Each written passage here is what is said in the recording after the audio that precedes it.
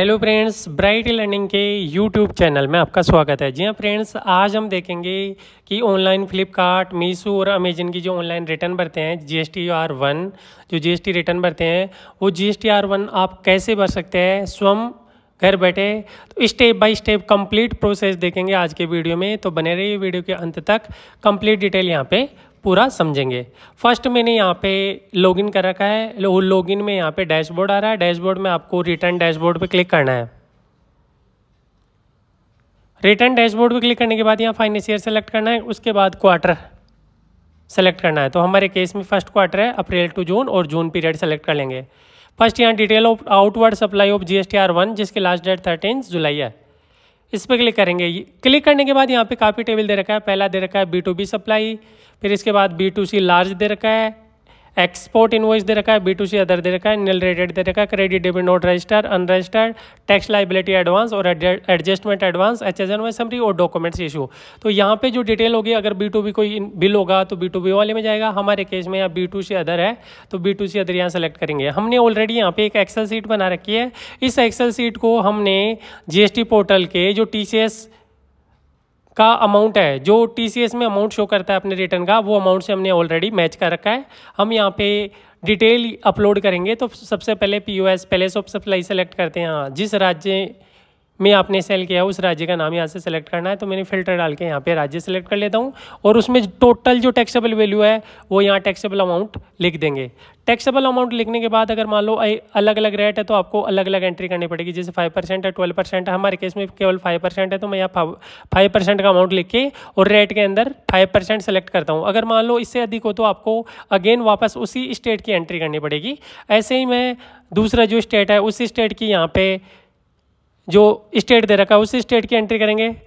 तो आंध्र प्रदेश की एंट्री हमारी क्या है, जो डिटेल है वो यहाँ पे अपडेट करेंगे, क्योंकि यहाँ पे हमने एक ही सेलेक्ट किया था। यहाँ पे दो नाम आ रहा है आंध्र प्रदेश का, तो दोनों नेम यहाँ से सेलेक्ट करेंगे, लेकिन रेट वही रहेगी 5% जो है वो। और इसके बाद सेव कर देंगे।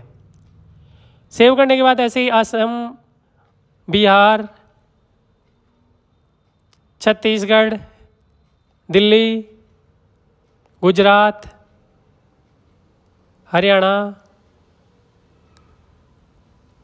हिमाचल प्रदेश, जम्मू एंड कश्मीर,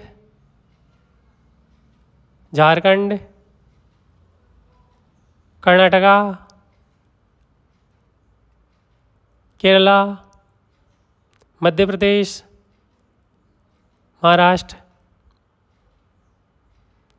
मणिपुर, मेघालय, वेस्ट बंगाल, पांडिचेरी, पंजाब,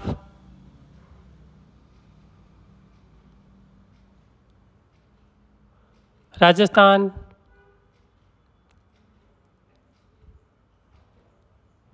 तमिलनाडु, तेलंगाना,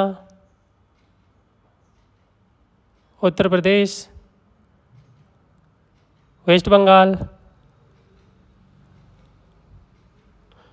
सभी स्टेट की यहाँ 1 बाय 1 करके पूरी जो डिटेल है वो यहाँ पे अपडेट कर देंगे। एक से अगर GST रेट होगी तो एक से अधिक GST रेट में आपको अलग अलग स्टेट में अलग अलग आपको एंट्री यहाँ पे करनी पड़ेगी। सभी एंट्री हमने 1 बाय 1 कर लिए। इसके बाद यहाँ पे जो नेक्स्ट स्टेप आती है वो आती है HSNY समरी की। हमारे केस में B2C है, केवल B2B नहीं है, तो B2B यहाँ पे नहीं लेंगे। HSNY समरी पे जाने के बाद यहाँ पे हम जनरेट समरी करते हैं। जनरेट समरी करने के बाद अगेन यहाँ पे मैं क्वार्टर सेलेक्ट करता हूँ और मंथ सेलेक्ट करके अगेन GSTR1 पे क्लिक करेंगे। इसके बाद HSNY समरी में जाएंगे। HSNY समरी में क्लिक करने के बाद जो भी आपके HSN कोड है, अलग अलग HSNY डिटेल आपको यहाँ पे शो करनी है। HSNY जो कोड है वो कोड की डिटेल यहाँ पे देनी है। तो हमारे केस में हमने फ़िल्टर लगा रखा है, फ़िल्टर को मैं यहाँ से हटाता हूँ और HSN यहाँ फर्स्ट HSN जो 6104 है वो यहाँ सेलेक्ट कर लेता हूँ। सेलेक्ट करने के बाद फ़िल्टर हमारे केस में केवल 5% रेट है। अगर एक से अधिक रेट होगी तो यहाँ पे दोनों शो हो जाएगी। आपको अलग अलग यहाँ पे HSNY समरी देनी पड़ेगी दोनों GST रेट की। तो हमारे केस में HSN कोड है वो 6104 है, तो हम यहाँ 6104 सेलेक्ट कर लेंगे। इसके बाद जो क्वांटिटी है वो किस माध्यम में हमारी नंबर है, नोस है, तो यहाँ ले लिए kg, पीस, मीटर जो भी होगी आपको यहाँ सेलेक्ट करना है। कितनी क्वांटिटी आपने सेल की है इस एक पर्टिकुलर पीरियड में, इस अमाउंट की। इस आइटम की। इसके बाद इसका अमाउंट लिखेंगे और जीएसटी जो भी रेट होगी वो रेट सेलेक्ट करने के बाद SGST, CGST, IGST जो भी एप्लीकेबल है यहाँ पे वो सेलेक्ट कर देंगे और उसका अमाउंट यहाँ से चेक करके यहाँ फिल कर देंगे। तो हमारे केस में तीनों टैक्स एप्लीकेबल है, तो हम तीनों में यहाँ पे अमाउंट लिख दिए। इसके बाद दूसरा HSN कोड है, उसकी भी डिटेल ऐसे ही 1 बाय 1 करके पूरी डिटेल अपलोड करेंगे। पहले HSN कोड लिखेंगे, उसके बाद डिस्क्रिप्शन ऑटोमेटिकली आ जाएगा। क्वांटिटी यहाँ पे लिखना है, टोटल क्वांटिटी जो नंबर है वो आपको ऐड करके यहाँ पे लिखने हैं। टोटल टैक्सेबल वैल्यू जो भी टैक्सेबल वैल्यू आएगी तो इस टैक्सेबल वैल्यू को फिल्टर लगा के यहाँ पे सेलेक्ट कर लेंगे और टैक्सेबल वैल्यू जो भी दे रखी है वो टैक्सेबल वैल्यू यहाँ पे फिल कर देंगे। रेट सेलेक्ट कर लेंगे, उसके बाद कितनी IGST है, SGST, CGST जो भी अमाउंट है वो यहाँ पे लिख देंगे।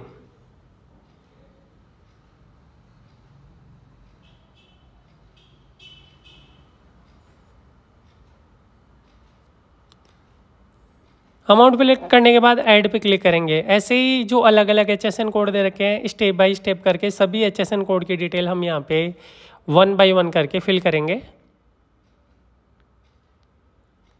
नेक्स्ट HSN कोड यहाँ पे लिखे, HSN कोड लिखने के बाद यहाँ पे ऑटोमेटिकली डिस्क्रिप्शन आ गया। डिस्क्रिप्शन आने के बाद यहाँ पे टोटल क्वांटिटी, रेट, अमाउंट जो भी अमाउंट है यहाँ पे सेलेक्ट कर देंगे। 1 बाय 1 करते हुए प्रत्येक HSN कोड की डिटेल्स यहाँ पे अपलोड कर देंगे।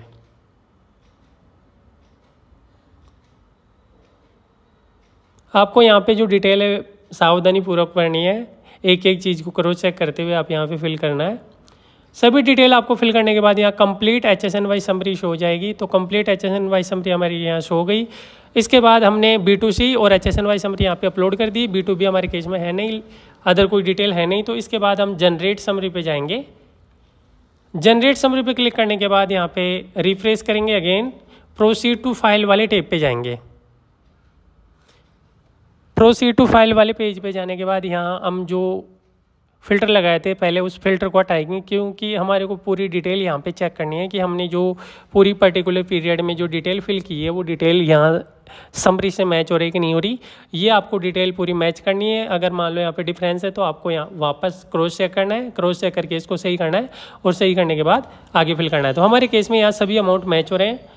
सभी अमाउंट मैच करने के बाद यहाँ पे हमने HSN वाइज समरी जो दी थी उसकी डिटेल भी यहाँ पे क्रॉस चेक कर लेंगे। HSN वाइज समरी की डिटेल भी हमारे केस में यहाँ पे प्रॉपर्ली मैच हो रही है। और लास्ट में हमारा जो पर्टिकुलर पीरियड है उस पीरियड का कितना टैक्स बन रहा है, कितनी टैक्सेबल वैल्यू है वो यहाँ पे शो हो जाएगी।